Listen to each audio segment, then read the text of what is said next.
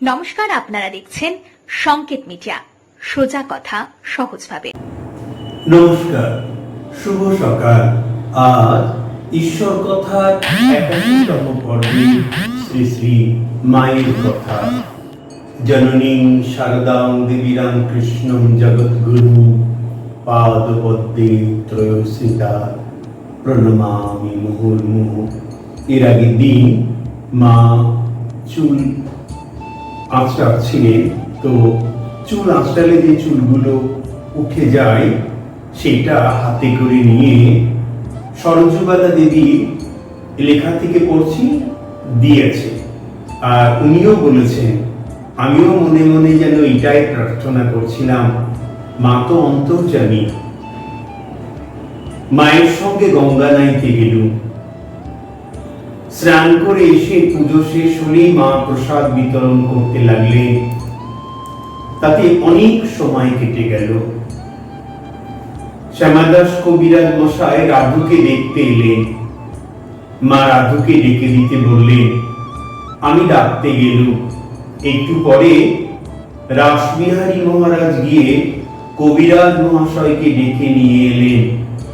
দেখবার পর মা কবিরাজ মহাশয়কে প্রণাম করতে রাধুকে বললেন।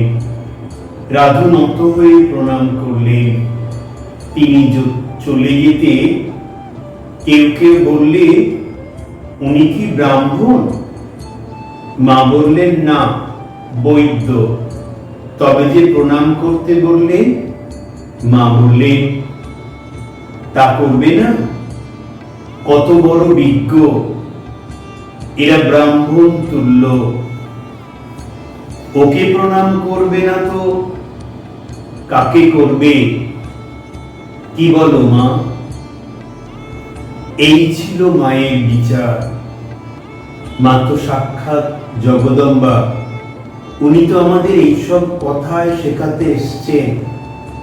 ভাবতে পারি কত সাল আগে মায়ের এই উদারতা। এটা অন্যভাবে যদি আমরা ব্যাখ্যা করি, মা সবসময় সুন্দর কাজকে, ভালো কাজকে প্রাধান্য দিয়ে এসেছে। যেমন গীতাতে শ্রীকৃষ্ণ অর্জুনকে বলেছে সুন্দর কর্ম করার কথা। ঠাকুরের ভোগ হয়ে গেল। মায়ের খাওয়া হয়ে যেতে আমরা সকলে প্রসাদ পেতে বসলুম। মা আমাকে বললেন, কড়াইয়ের ডালটি বেশ হয়েছে, খাও। নলিনী দিদি বললেন, তুমি রোজ এসে চলে যাও, খাও তো না, আর বেশি করে মাছ খাও। এই বলে অনেকগুলি মাছ দেয়ালে। মাছের চেয়ে ডালটাই আমার বিশেষ প্রিয়। মা ঠিকই ধরেছিলেন। মা এইবার বিশ্রাম করবে। গোলমাল হবে বলে আমরা পাশের ঘরে গেলুম। খানিক পরে এসেছি। মা বলছে, দেখছো সব দরজা বন্ধ করে রেখেছে, গরমে প্রাণ গেল, খুলে দাও তো। খুলে দিলুম। একটু পরেই মা উঠে কাপড় কাচতে গেলেন। ঠাকুরের বৈকালী ভোগ দেয়া হলো। মা এসে উত্তরের বারান্দায় আসর পেতে বসলেন। কিছু পরে বউ, মাকু এরা সব থিয়েটার দেখতে গেলেন।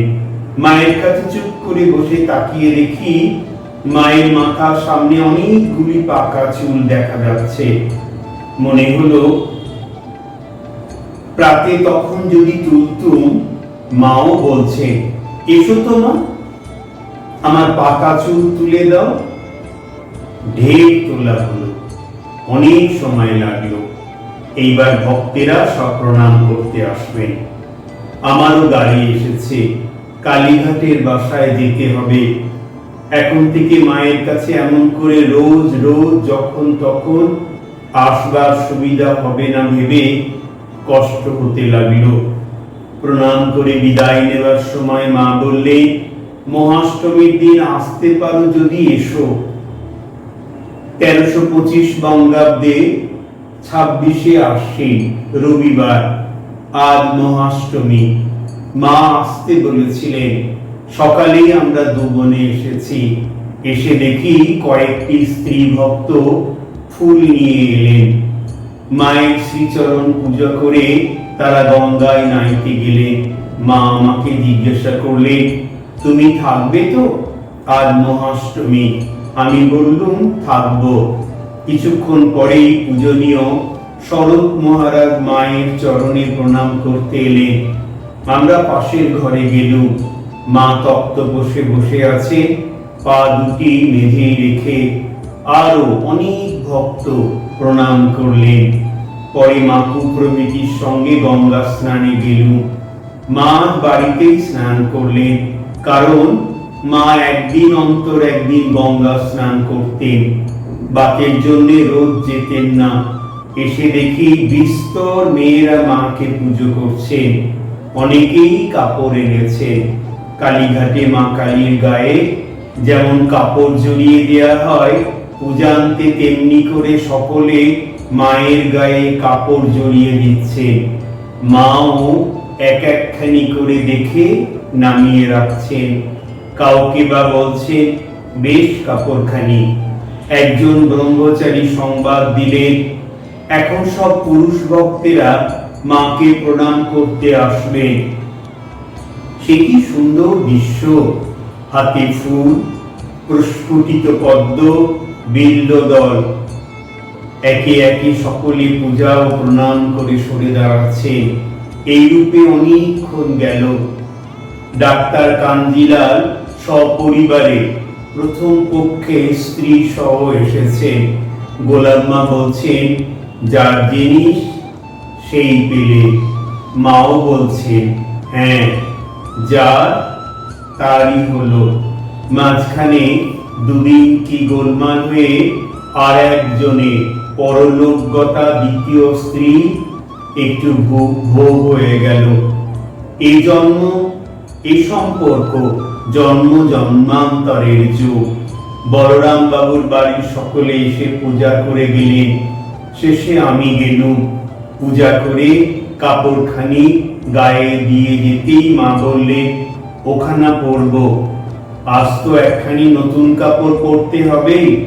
এই বলে কাপড়খানা পরলেন। আমার চোখে জল এলো। সামান্য কাপড়খানা, সকলে কত ভালো কাপড় দিয়েছেন। আমি মায়ের গরিব মেয়ে, মায়ের অত স্নেহ, আমার লজ্জাও করতে লাগলো।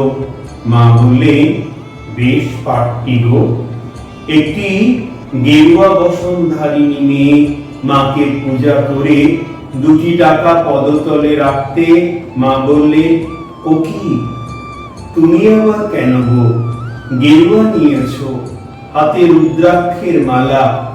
মা মেয়েটিকে জিজ্ঞাসা করলেন, কোথায় দীক্ষিতা হয়েছ? মেয়েটি বললেন, দীক্ষা হয়নি। মা বললেন, দীক্ষা না নিয়ে, কোনো বস্তু লাভ না করে এই বেশ ধরেছ? এ তো ভালো করনি। বেশটি যে বড়, আমারই যে জোড়হাত হয়ে প্রণাম আসছিল, ও করতে নেই। আগে বস্তু লাভ হোক, সকলে যে পায়ে মাথা দিতে আসবে তা নেওয়ার শক্তি লাভ হওয়া চাই। মেয়েটি বললে, আপনার কাছেই দীক্ষা নেবার ইচ্ছে করেছে। মা বললেন, সে কি করে হবে? তবু সেই মেয়েটি মিনতি করতে লাগলো। গোলাম্মাও একটু সহায় হলেন। মা অনেকটা সদয় হয়ে এসেছেন দেখলুম। মা বল, দেখা যাবে পরে। গৌরীমা তার আশ্রমে মেয়ে নিয়ে এসেছে। সকলেই পূজা করে প্রসাদ নিয়ে বিদায় নিলেন। ঠাকুর পূজা শেষ করে বিলাস মহারাজ এসে চুপি চুপি মাকে বললেন, আজ ঠাকুর ভোগ নিলেন কিনা জানি না মা। একটা প্রসাদী শালপাতা উড়ে এসে নৈবেদ্যের উপর পড়ল। এরূপ কেন হলো মা? অনেকেই বাড়ি হতে সব এনেছে। কি হলো কি জানি মা। মা বললেন, গঙ্গা জল ছিটিয়ে দিয়েছ তো? তা তো দিয়েছি, বলে তিনি চলে গেলেন।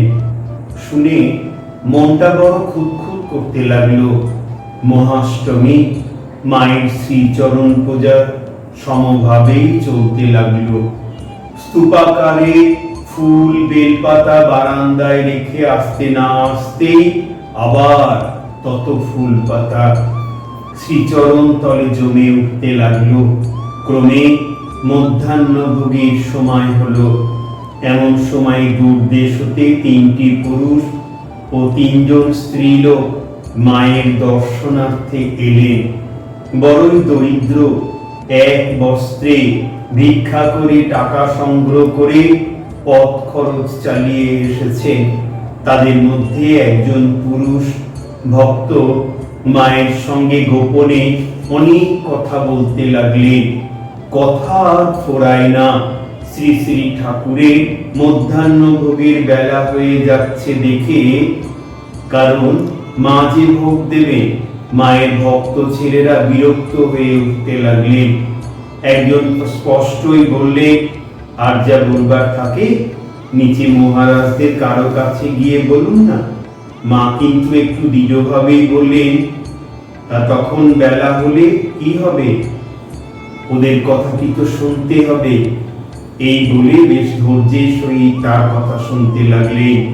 পরে ধীরে ধীরে কি আদেশ করলেন, তার স্ত্রীকেও ডেকে নিলেন।